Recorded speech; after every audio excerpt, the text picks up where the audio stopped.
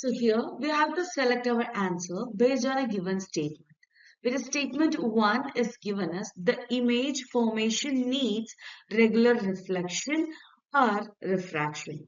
This statement is correct because image formation in optical system occurs due to regular reflection or refraction.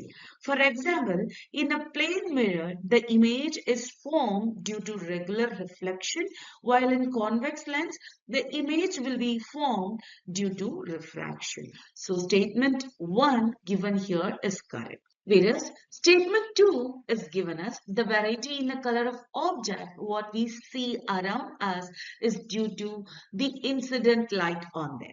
So this statement is also correct because the color of an object will be determined by the wavelength of the light it reflects or emits. And the colors we perceive are depend on the incident light. For example, if an object reflects primary red light, it appears red to our eyes. If white light hits an object, we see the object colorless based on how it interacts with the incident light. So statement B given here is also correct.